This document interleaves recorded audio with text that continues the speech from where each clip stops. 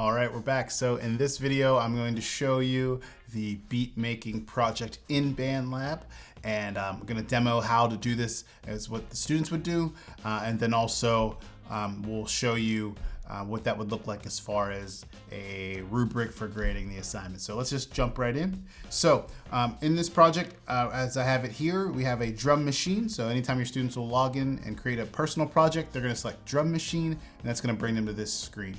So the drum machine comes with two different pre-programmed loops already. And so students can kind of hear a little bit and see how it works. So if I click on pattern A, that is the first pattern that's being played here. And it looks pretty standard to this. I have changed some instrument settings, some specific sounds, but it'll start out as an 808 sound. So you'll see drum machine, you'll see 808 right here, and you'll have a beat pattern that looks like this. So this is the layout. This is what's called a step sequencer. And so it uses a 16 step grid. So these are 16th notes in a one bar of 4/4. So you can see the different dots represent the different instruments playing on that subdivision. So for example, this beat, it's the hi-hat cymbal here, and it's playing on every other, so it's playing an 8th note pattern, and you can see that represented here.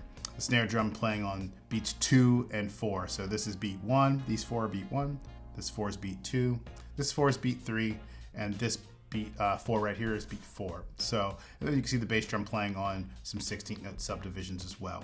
So again, this is pretty similar to what the first default drum beat will be. So for this project, students are going to create 4 different patterns, A, B, C, and D. And so A and B again are created for them, kind of get them started with a little bit of scaffolding, which I really do like. It kind of gets them some ideas that they can implement. So I wouldn't have them recreate these beats from scratch, but perhaps they're going to tweak these patterns in some way. Perhaps they're going to select a different instrument and add to this, or maybe they're going to remove a few different notes from there to make this pattern a variation. It's a good way to kind of get them their creative, ideas flowing. And so for pattern A, if I click on pattern B, it shows a different pattern. Again, I would have students tweak these as well to kind of make it their own. But C and D start out kind of like E and F here. They start out blank completely. I've pre-programmed in C and D just for sake of time for the video. But normally C and D would be completely blank. So by the time that students get to making their C pattern, they should have some experience on what kind of sounds good, what doesn't. Now, students who aren't familiar with drum rhythms or drum beats in popular music are going to most likely put in too many notes here, right? They're gonna make a picture with all these different dots, or they might highlight every dot to see what it sounds like. And I think that's okay. It's good for students to get to experiment with that a little bit and then realize, oh, that doesn't sound as good. And then you can have a discussion of what makes a drum pattern sound like a beat, sound like a groove, or sound quote unquote good, sound like something that can be used in music that they hear regularly. So I think it's good to let students experiment with these and don't have too many rules other than having the pattern for A, B, C, and D. Now, one thing I did want to mention to my students, I've used this exact project with college students as well as some high school students and elementary students in the past, but one of the things with my college students I wanted them to realize is that just having some basic ideas or rules to implement. For example, they have to use at least a hi-hat, which is, again, this instrument right here. They have to use at least a bass, which is the orange instrument, and they have to use at least a snare. I would keep those being the basic rules, if you will, of this project. And from there, they can add or take away as many as other instruments as they like. And I think that really opens it up to having some parameters, but also having it open for creativity. So again, I've already pre-programmed C and D. So now you'll notice up in the track view that C and D aren't represented here. So in my song, again, I'm not making a full song in this project. I'm mainly just making 4 different patterns, but in my song, they're not represented here. In the track view, they're not represented. So what I'm gonna have students do is once they come up with their C pattern is then add it to the track. So to do that, what they do is they click their pattern that they've created. So this is the new C pattern I've created. You can hear it here by hitting the play button. I'm just gonna keep looping that. And so I hit stop there. So each pattern, if you want to hear just the pattern itself, you can hit this play button. But to add it to a song, you need to actually add it to this track view up here. So what I'm going to do is I'm going to take the playhead and I'm going to move it to bar 9. And that's very important because that's where it's going to add it. And I'm going to click on this C pattern and I just click add C. And when you do that, it's going to add 1 bar of your C pattern. Now I want my students to add it in this project to make it 4 bars long, which is really easy to do in BandLab. All you do is this little loop icon, the arrow that's in a circle. You click on that and you just drag it 4 bars. And once you do that, it will just keep replaying that pattern for 4 bars. And now if I hit the play button in the transport controls, it'll play it for 4 measures and then stop. So here's my A pattern.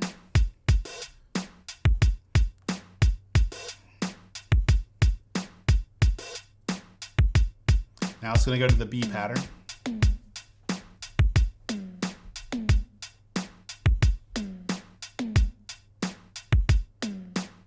Here's the C pattern. That's the one I added in.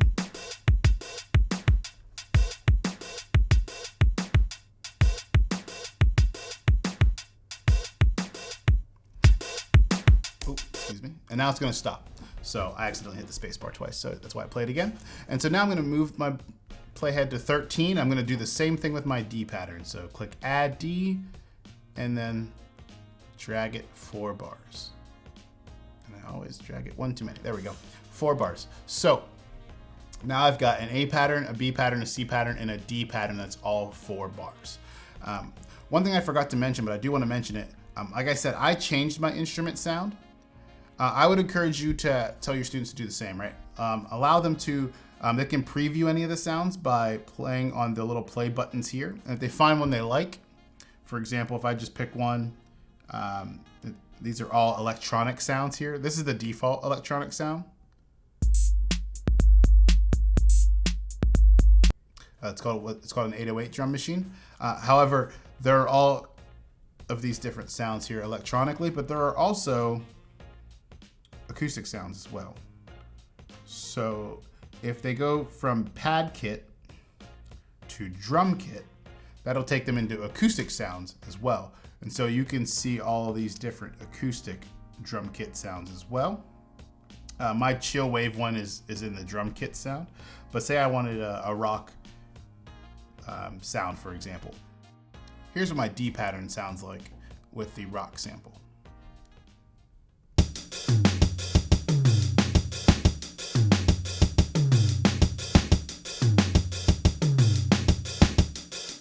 So you can hear that it sounds different, but the rhythm's the same. And so I would encourage your students to choose a sound that they really like.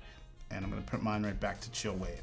All right, so now this first section, getting from A to B to C to D. So have all 4 of their patterns made. This will take students, with college students, it took them about a period, it's about 50 minutes to really do this and do it well. With younger students, perhaps you make a beat on a different day, and so by the time you're done you have 4, or perhaps again with more advanced students or with students who are really experienced with using digital audio workstations, they might be able to do this all in 1 period here. But the project I have set up is for at least 1 period, but can definitely stretch over 2 or even 3 periods. So once you get to this point, this is the first, I would say, the first half of the project, but the quicker half of the project. So the second part of this project is to take these 4 patterns that we just made and recreate them using the other method of creating drum tracks in BandLab, which is through what are called virtual instruments. So actually programming the drums themselves. And so in the next clip here in a second, I'll show you how to get that started. All right, here we go. All right, so now that we've done with this first section, we're going to, again, use the second way you can input drum tracks into BandLab, which is through the use of the virtual instruments. So we're gonna click add a track, and we're gonna click on instruments here on the left. That's gonna add a new track, and by default it sets it up to a piano. So we're gonna change that to the same sound that we used for our drum machines. So to do that, again, we're gonna go to drum, mine's in drum kits, but the electronic ones might be in drum pads, so keep that in mind. And I'm going to go to chill wave. So now the students have the same exact sound, they can now recreate those in this method. So we're gonna move our playhead back to bar 1. And by default, this uses our computer keyboard. So you can see a layout of a drum set, but you see the different keys, or in some cases numbers. So if I push F, for example, it's gonna play the snare sound for that. If I push S, it's gonna play the bass drum, the kick drum sound for that. If you have a MIDI keyboard, you can also use a MIDI keyboard to do some of these samples as well. But I've been using the computer keyboard for this project. It works pretty well, especially since it's already laid out. So beginners are pretty able to see, you know, they don't have to figure out which keys on the MIDI keyboard correspond to which drums, which takes a little bit of experimentation. This will be laid out for them. So, and for this purposes, it's totally fine to just use the keyboard. Now, for the first one, what we're gonna do is we're gonna recreate the A pattern. So what I've had students do on this is go back to their A pattern, and I've actually had them either take a screenshot of this, or I've had them take their, you know, a picture with their phone, so, or with their iPad or other device they have to take a picture. So I'm gonna do the same thing. So I'm gonna just take my camera here, and I'm gonna take a picture of this pattern. And what that's gonna do is just gonna let them not have to flip back and forth between patterns while they're trying to recreate it as much, so it's a little faster. So they can take a picture and then go right back to their drum track. So now that we have a picture of our step sequencer, we're gonna recreate that. So what we're gonna do is we're gonna turn on the cycle recording. So that's just click the red and up here. And what that's gonna do is it's only gonna let me record for 4 bars. And then it'll stop. Once it gets to 4 bars, it's gonna go right back to the beginning and listen for more input. So if you stop after 4, it will only record 4. So very important. So first thing we're gonna do is we're gonna recreate the, I'd recreate the snare drum, especially for this track. It's only on beats 2 and 4, so it's really easy. And again, it's F on my keyboard here. So what we're gonna do is we're gonna turn the metronome on. So it's gonna give a 1 bar count off. So it's gonna give 4 clicks before it starts. And then I will play that on beats 2 and 4. So I'm gonna arm the metronome. So just click on that, it'll turn green, and then hit record.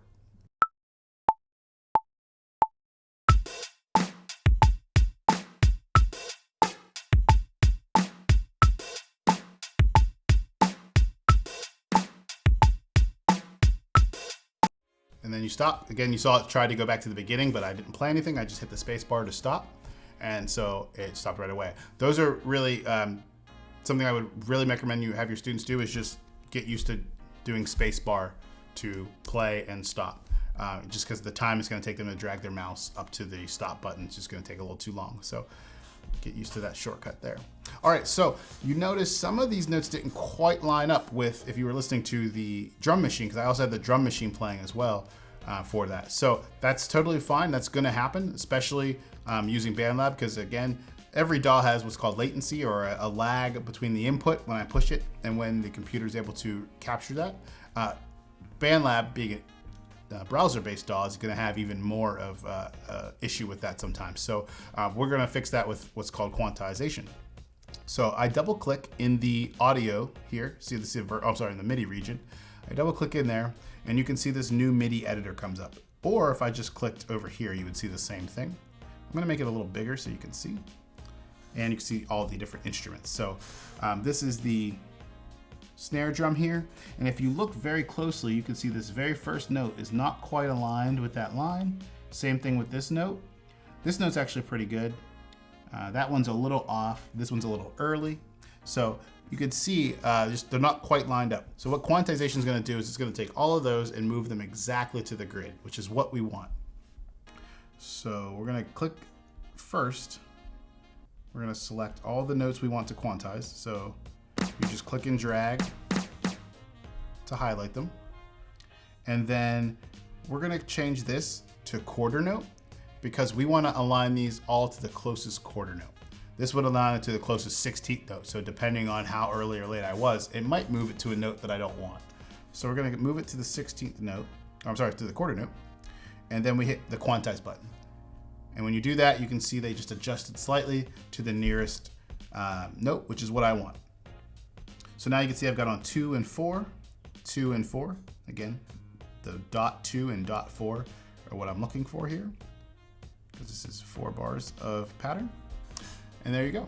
So it takes a little bit of practice to record this in real time. And some students have asked, like, what you know, and I'm sure students are going to ask with this project, why can't I just use 1 bar of recording and then just copy and paste the other 4? And you certainly could. I would advise that you have your students do it at least over 4 bars to really practice that skill of recording in real time, because that is a skill that takes a little bit of practice to be able to record to a click in a DAW. So I would definitely encourage you to have students recreate their part one instrument at a time, because again, if they're not percussionists, this is going to feel a little new to them. So have them record it 1 note at a time, but definitely do it over 4 bars so they have practice recording to a click. That's a skill it's very important in creating any type of music using a digital audio workstation, is to be able to as accurately as possible play with a click in a DAW. So make sure that you have your students do that. So now we have our snare drum done. We go back to the beginning here, and we're going to recreate another part. The nice part about this is when I do that, it's not going to delete the snare, it's just going to add to the snare. So in this case, we're going to add our hi-hat. So what I'm going to do is I'm going to go to instrument to bring up my instrument view. Hi-hat on this one is, is the O key. So the 9 is actually the open hi-hat. So the hi-hat's 2 symbols that open and close, and I want the closed sound. And so that is 0 on this one. So we're gonna try that. It's only playing 8th notes here, so I'm gonna try to record that. Here we go.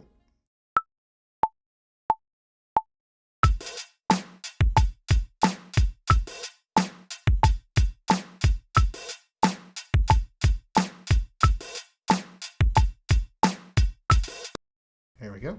Same thing applies here. You're gonna wanna make sure, definitely, if you take a look at these, some of these, this one in particular, there was a bit of latency there for sure, and these ones did not align as I would have expected, right? So what I'm gonna do is I'm gonna highlight all of these, and then we're aligning these to the 8th note grid because we're playing 8th notes. So we'll do that and hit quantize, and they should all move over. You might need to check some here, depending on how well you did. Your students, again, might need to try this a couple times to get this close enough to align to the grid, but usually it works pretty quickly. So now if I play it, it shouldn't sound like 2 drummers, it should sound like 1. Ooh, there is something going on here. Let's see what's happening here. Something did not sound the way I thought it would. So what I'm gonna do is I'm gonna hit, there we go. Let's see, and I'm gonna solo this one. Oh, okay, yeah, so when I quantized, the issue I had when I quantized is it actually moved these notes as well, which I didn't want him to do. So let's see if we can just isolate these ones and move them back to the quarter notes. Yeah, there we go. That is what we want to do. Alternately, I could just hit undo, and that would fix that as well, but that's okay. So now if we listen to it, it should sound.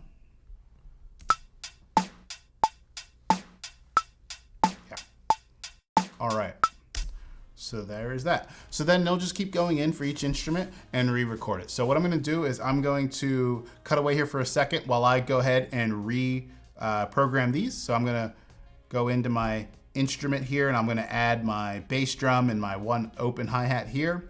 And then I'm gonna go onto the B pattern and do the same thing for B, C, and D. So by the time I'm done, you should see 4 bar, a big blue section here of 16 bars, but they'll be split into 4 different chunks. And then when we come back from that, I'll show you how to do the final part of this project, which is add drum fills, okay? So I'll be right back in just a second. All right, so now you can see we have all 4 of our drum tracks recreated here. So you've got our A section, our B section, our C section, and our D section. And so now we're gonna do the final part. This main section, again, is the main portion of this project as far as time. This might take a few class periods for your students to be able to recreate each of these instruments 1 track at a time. If students are starting to feel comfortable with recording and they wanna try to do the bass and the snare drum, for example, or if you have any percussionists in your classes who are comfortable with that, they might get done a little quicker, but I would definitely plan for at least one dedicated class session for trying to do this middle section.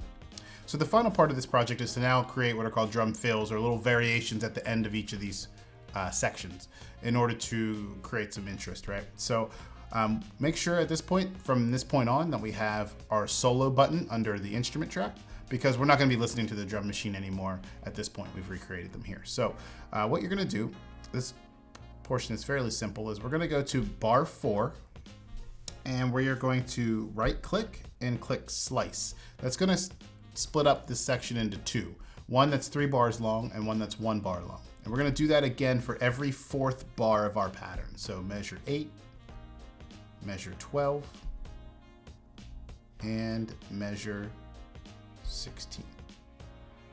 Okay, and we're going to be working with these drum fills here, these 1 bar sections. So what we're going to do is, if you double click on that 1 bar region, it will bring you the entire MIDI editor, but it should put you relatively close to that 1 bar, right? So that bar for us, we know that first one is from 3 to 4.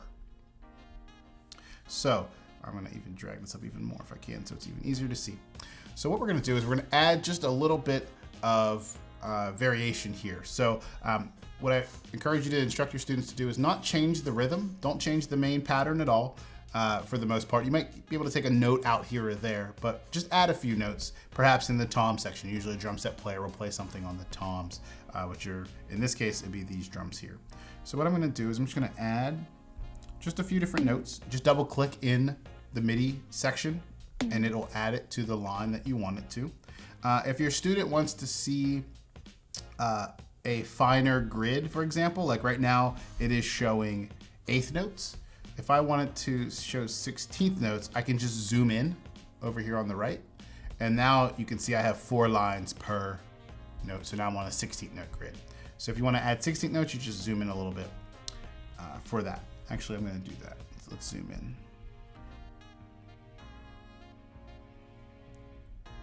And I'm going to try something like this. And to play it back, what I'm going to do, I just want to hear that 1 bar, so I'm going to turn on my cycle and I'm going to move it to just bar 4. So now it's going to play just bar 4. Oh, sorry. I put those on the wrong section. So what I'm going to do is cut this here. Control X will cut, and I'm going to move it to where I wanted it, which was bar 4. So let's go. And let's try to paste it there. Okay, let's get closer. Let's move it to there. Yeah, let's try that. I'll delete this. Oh, I'll delete this extra note. There we go. Let's try that now. So bar 4. So now if I play all 4 bars, or at least 3 and 4, you can hear a little bit.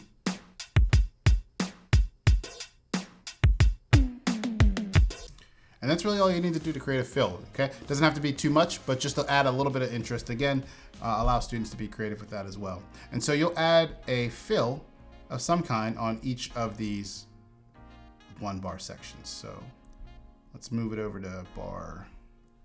Actually, I'm gonna just highlight the whole thing here, but we're gonna move to bar 8. So move the playhead to bar 8, double click in the region, it'll clip to bar 8 here. So I know this is bar 8 I'm working with. And again, I'm just gonna kind of do the same thing. Just add in some notes. And once you find something you like, you can keep that. Maybe I'll add in some hi-hat. Again, less is more for these, but we'll see what that sounds like. Bar 8. Oh, should turn off the cycle since there we go. There we go. Let's try it again for 12. So bar 12 here. Again, just gonna add a few notes. Maybe this one's just a little bit there. Sure. And then bar 16, we'll add maybe some snare notes.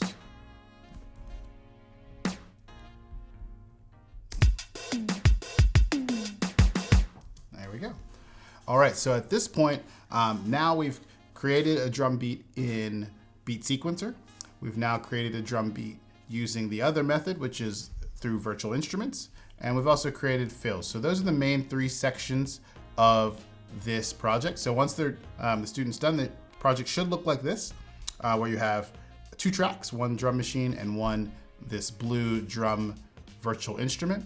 Again, this isn't meant to be a song, so it's not meant to be played together. It's just meant to provide material using the different methods that you can use. And so students could take these patterns and apply them to a song in a future project as well. So you can take this template and kind of go from there in a further project, such as the loop project, or creating a project that has a full song, for example. But now you have some drum patterns, different patterns, and also some fills that work really well.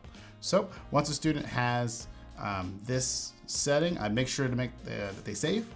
And then also, again, if this is an assignment, which I'll show you how to create an assignment, there would be a button next to it to submit. But again, we'll explain that a little bit more when I show you that. But I would recommend them for this project and for the loop project that we're going to show you to create personal projects like I just did here, which would just have the save button. So we're going to create personal projects, and then students can submit personal projects as assignments, which is what I'll show you in the next video. So hope that helps, and I'll see you in the next video.